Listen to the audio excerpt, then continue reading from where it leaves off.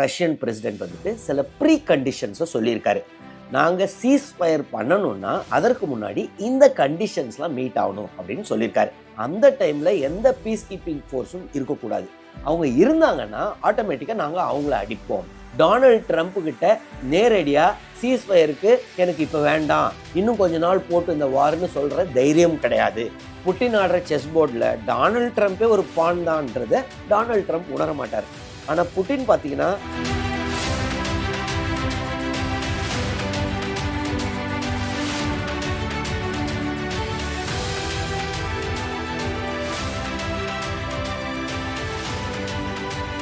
வணக்கம். Israel Jabasingh. Ukraine Russia வாரில் ஒரு புதிய திருப்பம் வந்துள்ளது. விளாடிமிர் புட்டின் ரஷ்யன் பிரசிடென்ட் வந்துட்டு சில ப்ரீ கண்டிஷன்ஸை சொல்லியிருக்காரு. நாங்கள் சீஸ் ஃபயர் பண்ணணும்னா அதற்கு முன்னாடி இந்த கண்டிஷன்ஸ்லாம் மீட் ஆகணும் அப்படின்னு சொல்லியிருக்காரு. இது எப்படி ஸ்டார்ட் ஆச்சுன்னா, அமெரிக்கன் பிரசிடென்டான டொனால்ட் ட்ரம்ப் வந்துட்டு சீஸ் ஃபயரை கொண்டு வந்துடணும், சண்டை ரொம்ப நாளாக போகுது அப்படின்னு 2 பேரோடையும் டெலிஃபோனில் பேசினார். ஃபர்ஸ்ட் வந்துட்டு ரஷ்யன் பிரசிடென்டான விளாடிமிர் புட்டின்கிட்ட பேசினார். அடுத்தது வாலடிமிர் ஜெலன்ஸ்கி உக்ரைன் பிரசிடென்ட். அதற்கு அப்புறம் தான் அவங்க வந்துட்டு ஒயிட் ஹவுஸ்க்கு இவரை வர வச்சாங்க, விளாடிமிர் ஜெலன்ஸ்கியை. ஆனால் ஒயிட் ஹவுஸில் பார்த்தீங்கன்னா வாக்குவாதம் நடந்துச்சு. அதுக்கப்புறம் இவர் யூரோப் போனார். யூரோப்பில் இவருக்கு மிகப்பெரிய வரவேற்பு. இந்த சூழலில் இந்த சீஸ் ஃபயர்லாம் இப்போத்துக்கு வாய்ப்பே இல்லை, வெரி வெரி ஃபார் அவே அப்படின்னு விளாடிமிர் ஜெலன்ஸ்கி சொன்னார். உடனடியாக ட்ரம்ப் ரொம்பவுமே கோவப்பட்டார். ஸோ வெரி வெரி ஃபார் அவேனா அவ்வளோ தூரத்துக்கு அமெரிக்கா உங்க கூட இருக்காது அப்படின்னு சொல்லி ஒரு மாஸ்டர் மூவ் பண்ணார். இந்த செஸ் டேர்ம்ஸில் சொல்லணும்னா ஒரே மூவில் சரண்டர் அடைய வச்சார். என்னென்னா, இனிமேல் உங்களுக்கு எய்டு கிடையாது, மிலிட்ரி எய்டு அமெரிக்காட்ட இருந்து தானே போது, அதை பாஸ் பண்ணுறோம். அதற்கு அடுத்தது உங்களுக்கு இன்டெலிஜென்ஸ் ஷேரிங், அதையும் கட் பண்ணுறோம். இது ரெண்டும் டெம்பரரி அப்படின்னு ஒரு மூவ் வச்சாருங்க. உடனடியாக சந்தேகமே இல்லை, ஜெலன்ஸ்கி சரணடைந்தார். என்னென்னா, நாங்கள் ஒத்துக்கிறோம், சீஸ் ஃபயருக்கு ஒத்துக்கிறோன்னு. அதற்கப்புறம் பேச்சுவார்த்தை நடந்தது. எங்கன்னா சவுதியில் வச்சு நடந்துச்சு. உக்ரைனுடைய அஃபிஷியல்ஸும் ட்ரம்ப்புடைய அஃபிஷியல்ஸும் மீட் பண்ணாங்க. இதற்கு அடுத்த கட்டமாக தான், அதாவது இப்போத்துக்கு உக்ரைன் வந்து சீஸ் ஃபயருக்கு ஒத்துக்கிட்டாங்க. 30 நாள் சீஸ் ஃபயர். ஸோ உக்ரைனுக்கும் ரஷ்யாவுக்கும் அந்த சண்டையே இருக்காது, அட்லீஸ்ட் 30 நாளைக்கு. இதுதான் ஃபஸ்ட்டு மூவ். உடனடியாக நம்மளுடைய ட்ரம்ப் என்ன பண்ணுறாருன்னா, தன்னுடைய மிடில் ஈஸ்ட் என்வாய் யாருன்னா ஸ்டீவ் விட்காஃப். இவர் தான் ட்ரம்ப் ஆடுற செஸ் போர்டில் குயின்னு வச்சுக்கோங்களேன். பயங்கரமான ஆள், ஒரு நெகோஷியேட்டரு, டீல் மேக்கர். அந்த காலத்திலே பார்த்தீங்கன்னா இவர் வந்து ரியல் எஸ்டேட்டில் ரொம்ப பெரிய பெரிய டீல்ஸ்லாம் பண்ணுவாராம். அதனால் மிடில் ஈஸ்ட் ரொம்ப குரூஷியலான இது அப்படின்ட்டு இவரை தான் என்வாயை வச்சுருக்காரு. இவர் தான் காசா பீஸ் டீல் வந்துச்சுல, பெஞ்சமின் நேத்தன்யாவை பணியை வச்சவரே இந்த ஸ்டீவ் விட்காஃப். அது இல்லாமல் மார்க் அப்படின்ற ஒரு அமெரிக்கன் டீச்சரை ரஷ்யன் ஜெயிலில் வச்சுருக்காங்க. ஸோ அவரையும் பேச்சுவார்த்தை நடத்தி மீட்டெடுத்து வந்தவர் தான் ஸ்டீவ் விட்காஃப். ஸோ ஸ்டீவ் விட்காஃப்னாலே ஒரு டீல் மேக்கர், கரெக்டாக டீலை முடிச்சிருவார்ன்றதுக்காக மிடில் ஈஸ்ட் மட்டும் இல்லாமல் இப்போ ரஷ்யாவோட இந்த ரஷ்யா உக்ரைன் சீஸ் ஃபயருக்காக இவரை பேச்சுவார்த்தைக்கு அனுப்பினார் டொனால்ட் ட்ரம்ப். ஸோ அவர் வந்துட்டு ரஷ்யன் பிரசிடென்ட்டோடையும் பேசினார். பேசினதுக்கப்புறம் இந்த கண்டிஷன்ஸ் எல்லாம் இப்போ விளாடிமிர் புட்டின் சொல்லியிருக்கார். முதல் கண்டிஷன் என்னென்னா, இந்த சீஸ் ஃபயர் அப்போது இவங்க வந்துட்டு திருப்பி ரீமொபலைஸ் பண்ணக்கூடாது, அதாவது ஆர்மிக்கு ஆளை சேர்க்கக்கூடாது. இந்த 30 நாளை யூஸ் பண்ணி இவங்க பாட்டுக்கு உக்ரைன் பாட்டுக்கு மொபலைஸ் பண்ணிடக்கூடாது. ரீ ஆர்மிங்கும் பண்ணக்கூடாது. அதாவது மற்ற நாடுகள், அப்போ வெஸ்டர்ன் கண்ட்ரிஸ், குறிப்பாக யூஎஸ்ஸு, அது இல்லாமல் மற்ற யூரோப்பியன் கண்ட்ரிஸ்லாம் ஆர்ம்ஸ் கொடுத்துக்கிட்டு இருக்காங்க உக்ரைனுக்கு. இந்த 30 நாளில் எந்த ஆர்ம்ஸும் வரக்கூடாது, ரீமொபலைஸும் பண்ணக்கூடாது. இதுதான் முதல் கண்டிஷன். இது ஆனால் ஏற்கனவே பார்த்தீங்கன்னா உக்ரைன் தெளிவாக சொல்லிட்டாங்க முன்னவே, அதெல்லாம் இல்லை, நாங்கள் என்ன சீஸ் ஃபயர்னாலும் அப்போ மொபைலைஸ்லாம் பண்ணிக்கிட்டு இருப்போம், அதாவது மிலிட்ரிக்கு ஆளை சேர்த்துக்கிட்டு இருப்போன்னு. அதை இவங்க ஒத்துக்கலை. ஸோ முதல் கண்டிஷன். ரெண்டாவது கண்டிஷன் பார்த்தீங்கன்னா, இது அப்போது பீஸ் கீப்பிங் ஃபோர்ஸ் எதுவும் அங்கே இருக்கக்கூடாது. ஏன்னா யூரோப்பியன் கண்ட்ரீஸ்லாம் என்ன சொல்லியிருக்காங்கன்னா, ட்ரம்ப் உக்ரைனை பெருசாக சப்போர்ட் பண்ணலன்னொன்னே யூரோப்பியன் பீஸ் கீப்பிங் ஃபோர்ஸ் வந்து அங்கே இருப்பாங்க அந்த சீஸ் ஃபயர் டைமில் அப்படின்றது யூரோப்புடைய இது. உக்ரைனும் அதை தான் விரும்புகிறாங்க. ஆனால் ரஷ்யா தெளிவாக சொல்லிடுச்சு, இல்லை அந்த டைமில் எந்த பீஸ் கீப்பிங் ஃபோர்ஸும் இருக்கக்கூடாது. அவங்க இருந்தாங்கன்னா ஆட்டோமேட்டிக்காக நாங்கள் அவங்கள அடிப்போம். ஏன்னா அப்போ ஆட்டோமேட்டிக்காக அவங்க இன்வால்வ் ஆகிறாங்கன்னு தானே அர்த்தம். அதனால் அலோவ் பண்ணக்கூடாது அப்படின்னு விளாடிமிர் புட்டின் சொல்லியிருக்காரு. இது ரெண்டாவது கண்டிஷன். மூணாவது கண்டிஷன் என்னென்னா, இது பர்மனண்ட் சொல்யூஷனாக இருக்கணும். இது வந்துட்டு நல்ல விஷயம், இந்த மாதிரி சீஸ்ஃபயர்லாம் வர்றது, ஒரு பீஸ் வர்றது. அதே சமயத்தில் பர்மனெண்ட்டாக இருக்கணும்னா ரூட் காஸை அட்ரஸ் பண்ணணும். ஸோ இவர் ரூட் காஸ்ன்னு சொல்கிற விஷயம் என்னென்னா, ஈஸ்டர்ன் உக்ரைன் சைடு, அதாவது இந்த டான்பஸ் ஏரியா அப்படின்னு சொல்லுவாங்க, லுஹான்ஸ், டோனட்ஸ், இந்த மாதிரி ஏரியாவும், இன்னொன்று கிரிமியாவை இவங்க 2014 ரஷ்யா பிடிச்சிட்டாங்க. டான்பஸ் ஏரியா பார்த்தீங்கன்னா ஒரு பிரச்சனையிலே இருந்துச்சு. 2022 டைரக்ட் அட்டாக் பண்ணி நிறைய ஏரியாவை இப்போ ரஷ்யா பிடிச்சிருச்சு. ஸோ இந்த ஏரியாஸ்லாம் பர்மனெண்ட்டாக இனிமேல் உக்ரைனுக்கு போகக்கூடாது. இதை வந்துட்டு இன்டர்நேஷ்னல் ரெக்கக்னிஷன் கொடுக்கணும், ரஷ்யாவுடைய ஒரு பார்ட்டாக. இதுதான் 3வது கண்டிஷன். 4வது கண்டிஷன் என்னென்னா, நேட்டோவில் மெம்பர்ஷிப் வரக்கூடாது. அது இல்லாமல் காலத்துக்கும் இவங்க வந்துட்டு ஒரு நியூட்ரலாக தான் இருக்கணும். அதாவது ரஷ்யன் சைடும் வேண்டாம், அதே சமயத்தில் நேட்டோ சைடும் போயிடக்கூடாது. ஸோ உக்ரைன்னாலே ஒரு நியூட்ரல் கண்ட்ரியாக இருக்கணும். இதெல்லாம் தான் புட்டின் போட்டிருக்க கண்டிஷன்ஸ். இந்த கண்டிஷன்ஸே வந்துட்டு ரொம்ப ஒரு மாதிரி ரிஜிட் கண்டிஷன்ஸ் அப்படின்னு சொல்கிறாங்க. இதற்கு காரணம் என்னன்னு பார்த்தீங்கன்னா, கண்டிப்பாக உக்ரைன் ஒத்துக்க மாட்டாங்க ஒரு பீஸ் கீப்பிங் ஃபோர்ஸே இல்லாமல் இந்த சீஸ்ஃபயர் கொண்டு வரதுக்கு.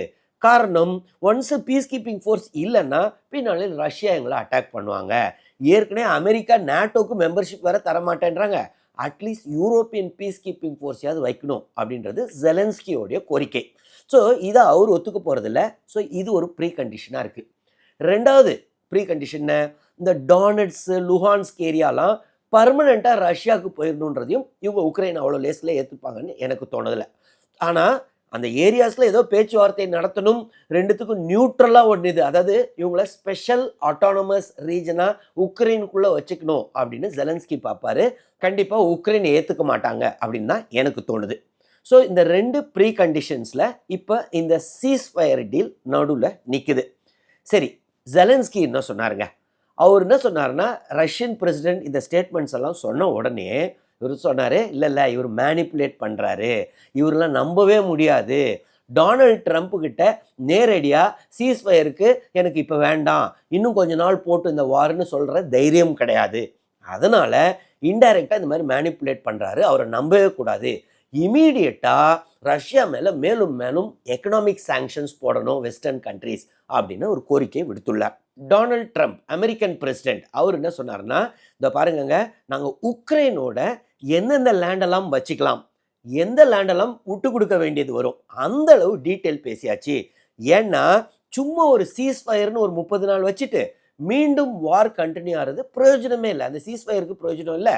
அதனால இது பர்மனன்ட் சொல்யூஷன் கொண்டு வரணும்னா இந்த மாதிரி piece by piece land details அளவுக்கு நாங்கள் டிஸ்கஸ் பண்ணிட்டோம் அப்படின்னு டொனால்ட் ட்ரம்ப் சொல்லியிருக்காரு. அப்போ ரிப்போர்ட்டர்ஸ் கேட்குறாங்க, சரிங்க, இப்போ ஒருவேளை புட்டின் ஒருவேளை இதை ஒத்துக்கலைன்னா, அந்த சீஸ்ஃபயர் ஒத்துக்கலைன்னா disappointing moment for the world அப்படின்னாரு. அதாவது உலகமே டிசப்பாயிண்ட் ஆகிடும் அப்படின்னாரு. உடனே உங்களால் எதுவும் பண்ண முடியுமா அப்படின்னு கேட்குறாங்க. அவர் ஒத்துக்கலைன்னா அவரை ஒத்துக்க வைக்கிறதுக்கு அவர் உடனே சொன்னார், ஆமாம்மா, என்கிட்ட நிறைய லீவரேஜ்லாம் வச்சுருக்கேன், ஆனால் அதெல்லாம் நான் சொல்ல மாட்டேன், இன்னும் கூட என்னால் ஃபினான்ஷியலாக ரஷ்யாவை அதாவது பேசிக்காக அவர் என்ன சொல்கிறாருன்னா, நிறைய சாங்ஷன்ஸ் போட்டுருவேன் அப்படின்னு சொல்லியிருக்கார். ஸோ இப்போத்துக்கு பார்த்தீங்கன்னா இவர் ரஷ்யன் பிரசிடென்ட்டோட ஸ்டீவ் விட்காஃப் பேச்சுவார்த்தை நடத்திட்டு அமெரிக்கா திரும்பி சென்றுள்ளார். ரஷ்யன் பிரசிடென்ட்டான விளாடிமிர் புட்டின் வந்துட்டு ஸ்பெஷல் மெசேஜ் அனுப்பிச்சிருக்காராம் ஸ்டீவ் விட்காஃப்கிட்ட டொனால்ட் ட்ரம்ப்கிட்ட சொல்கிறதுக்கு, அதாவது எப்படி இந்த சீஸ்ஃபயரை கொண்டு வரலான்னு. எனக்கு தெரிந்தவரை இந்த சீஸ்ஃபயர் பார்த்திங்கன்னா இப்போத்துக்கு ரஷ்யா அப்பர் எட்ஜில் இருக்கிறாங்க. இதற்கு காரணம் அவங்க பேட்டில் ஃப்ரண்ட்டில் நிறைய இடத்த பிடிச்சி வச்சுட்டாங்க. கர்ஸ்க் ஏரியாவில் கொஞ்சம் உக்ரைனியன்ஸ் உள்ளே இருக்கிறாங்க. ஸோ அந்த கர்ஸ்கையும் பிடிச்சிட்டா, அதாவது மொத்த உக்ரைனியன்ஸையும், கர்ஸ்க்குன்றது உக்ரைனுடைய பகுதி கிடையாது, ரஷ்யாவுடைய பகுதி, அதை சர்ப்ரைஸாக உக்ரைன் பிடிக்கிறேன்னு போயிட்டு அங்கே இப்போ ஆக்சுவலாக பார்த்தீங்கன்னா உள்ளே மாட்டிக்கிட்டு இருக்காங்க. ஸோ இந்த பேச்சுவார்த்தைக்கு முன்னாடி உக்ரைனை மொத்தத்தையும் ஃப்ளஷ் அவுட் பண்ணிட்டா ஆட்டோமேட்டிக்காக, இல்லைன்னா நான் கர்ஸ்கை விட்டு தரேன், நீங்கள் வந்துட்டு எனக்கு டான்பஸ் ஏரியா விட்டு கொடுங்கன்னு உக்ரைன் கேட்கலாம். ஸோ அதனால் அவர் கொஞ்சம் பேச்சுவார்த்தை இந்த சீஸ்ஃபயர் கொண்டு வரதுக்கு முன்னாடி இந்த வேலையெல்லாம் முடிச்சிருவார் அப்படின்னு தான் எனக்கு தோணுது. அது இல்லாமல் பார்த்தீங்கன்னா டொனால்ட் ட்ரம்ப்பால் உக்ரைன் பிரசிடெண்ட்டை ஈஸியாக கண்ட்ரோல் பண்ண முடிஞ்சது, ஒரே மூவில் அடி பண்ணி வச்சுட்டார். காரணம், மொத்தத்துக்கு மொத்தம் உக்ரைன் அமெரிக்காவை நம்பி இருக்கு, மிலிட்ரி எய்டாக இருக்கட்டும், இல்லை இன்டெலிஜென்ஸ் இன்புட்டாக இருக்கட்டும். இன்னொன்று, ஸ்டீவ் விட்காஃப் அமெரிக்கன் பிரசிடெண்ட்டாக ட்ரம்ப் பதவி ஏற்கிறதுக்கு முன்னாடி எப்படியாவது காசாவில் ஒரு ட்ரூஸ், ஒரு சீஸ்ஃபயர் கொண்டு வந்துடணும்னு அவர் போகிறாரு மிடில் ஈஸ்ட்டுக்கு. பெஞ்சமின் நேத்தன்யாவே அடிபணிய வச்சார். காரணம் என்ன? இஸ்ரேல் கண்ட்ரியும் பார்த்தீங்கன்னா மொத்தத்துக்கு மொத்தம் அமெரிக்காவை டிபெண்ட் பண்ணியிருக்கு. இந்த 2 கண்டிஷனுமே ரஷ்யாவுக்கு பொருந்தாது. காரணம், ரஷ்யா வந்துட்டு ஒரு super power country. So Steve விட்காஃபால இவரை மிரட்டலாம் முடியாது, விளாடிமிர் புட்டினை. இன்னொன்று, நாங்கள் எக்கனாமிக் சாங்ஷன்ஸ் போடுவோம்னு தான் சொல்ல முடியுங்க. ஆனால் இந்த எக்கனாமிக் சாங்ஷன்ஸ் எல்லாம் இவர் ரொம்ப காலமாக ரஷ்யா பார்த்துக்கிட்டு இருக்கு. ஸோ அதையும் மீறி அவங்க சண்டையை கண்டினியூ பண்ணிக்கிட்டு இருக்காங்க. ஸோ இந்த சூழலில் சீஸ்ஃபயர் வந்துட்டு கண்டிப்பாக ரஷ்யா முடிவு பண்ணால் தான் இந்த சீஸ்ஃபயர் வரும். அமெரிக்காவும் பார்த்தீங்கன்னா ரொம்ப உக்ரைனை சப்போர்ட் பண்ண மாட்டாங்க. ஜோ பைடனே வந்துட்டு ஓரளவு தான் ஆர்ம்ஸ் தந்தாராம். இதற்கு காரணம், உக்ரைன் வாரை ஜெயிச்சிடக்கூடாதுன்றது ஜோ பைடனுடைய எண்ணமுமா. காரணம், ஒருவேளை ஜெயிக்கிற மாதிரி இருந்தா கண்டிப்பா புட்டின் என்ன பண்ணுவாரு, நியூக்ளியர் வெப்பன்ஸை யூஸ் பண்ணிடுவாரு, அப்புறம் வேர்ல்டு வார் ஆயிடும் அப்படின்றது ஜோ பைடனுடைய எண்ணமா. அதனால தான் அவரு இந்த உக்ரைன் வார் சஸ்டெயின் ஆகட்டும், ரஷ்யாவை ப்ரிவென்ட் பண்ணட்டும், ஆனால் ஒருபோதும் உக்ரைன் ஜெயிச்சிடக்கூடாதுன்றது ஜோ பைடனுடைய எண்ணம். அதே தான் ட்ரம்ப்புடைய எண்ணம் கண்டிப்பாக இருக்கும். காரணம், ஏற்கனவே கூட அந்த ஸ்டாண்ட் ஆஃப்னு சொல்லுவாங்க, ஓவல் ஆஃபீஸில் ஜெலன்ஸ்கியோட சண்டை வந்துச்சுல, அப்போ என்ன சொன்னார், வேர்ல்டு வார் 3 மாதிரி நீ கேம்பிள் பண்ணுற, வேர்ல்டு வார் 3 வந்துடும். ஸோ ட்ரம்ப்பை பொறுத்தவரை கண்டிப்பாக உக்ரைனுக்கு ஓரளவு தான் சப்போர்ட் பண்ணுவார். ரொம்ப ஆர்ம்ஸ் கொடுத்து அவங்க ஜெயிக்க ஆரம்பித்தா பிரச்சனை. ஸோ இப்போத்துக்கு ரஷ்யாவோடைய அப்பர் ஹேண்டு தான் இருக்குது.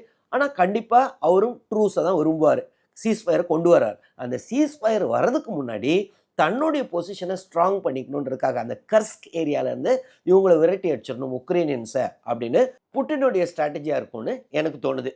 புட்டினை பொறுத்தவரை பார்த்தீங்கன்னா நிறைய பிரசிடென்ட்ஸை பார்த்தவர். 1999 எப்படியோ பவரில் இருக்கிறார். ஸோ ஃபஸ்ட்டு பில் கிளின்டனை பார்த்தாரு, ஜார்ஜ் புஷ் ஜூனியரை பார்த்தாரு, அதற்கு அடுத்தது ஒபாமா, திருப்பி Trump first term, Joe Biden, இப்போ திருப்பி ட்ரம்ப் செகண்ட் டேர்ம். ஸோ அவர் வந்துட்டு இந்த நெகோஷியேஷன்லாம் ஒன்று முன்னாடி பேசுவார், இன்னொன்று பண்ணிக்கிட்டு இருப்பார். ஸோ இந்த சீஸ்ஃபயர் வர்றதுக்கு முன்னாடி இவர் அப்பர் ஹேண்டு டோட்டலாக கண்ட்ரோல் எடுத்துகிட்டு தான் சீஸ்ஃபயருக்கு ஒத்து வருவார்னு எனக்கு தோணுது. ஆனால் கண்டிப்பாக சீஸ்ஃபயர் வரும். டொனால்ட் ட்ரம்ப்பை பொறுத்தவரை நல்ல எண்ணத்தோடு தான் ட்ரை பண்ணுறாரு, எப்படியாவது ஒரு சீஸ்ஃபயரை கொண்டு வந்துடணும்னு. ஆனால் புட்டின் ஆடுற செஸ் போர்டில் டொனால்ட் ட்ரம்ப்பே ஒரு பான் தான்றதை டொனால்ட் ட்ரம்ப் உணர மாட்டார். ஆனால் புட்டின் பார்த்தீங்கன்னா அன்னைக்கு கூட அந்த ஸ்டேட்மெண்ட்டுக்கு முன்னாடி ட்ரம்ப்பை பயங்கரமாக புகழ்ந்தார். இந்த பீஸ் ரொம்ப ரொம்ப முக்கியம், ட்ரம்ப் இனிஷியேட்டிவ் எடுக்கிறாரு, ரொம்ப நல்ல விஷயம். அதே சமயத்தில் அப்படின்னு சொல்லி அவருடைய கண்டிஷன்ஸ்லாம் போடுறாரு. கண்டிஷன்ஸை கண்டிப்பாக அவர் கொஞ்சம் டஃப்பாக போட்டுவார். காரணம் என்னென்னா, பின்னாடி நெகோசியேஷனில் கொஞ்சம் விட்டு கொடுக்கறதுக்காக. எப்படியோ இன்னைக்கு இல்லைனாலும் வெகு விரைவில் கண்டிப்பாக அந்த உக்ரைனுக்கும் ரஷ்யாவுக்கும் சமாதானம் வரும்னு தான் எனக்கு தோணுது. இதெல்லாம் என்னுடைய வியூ.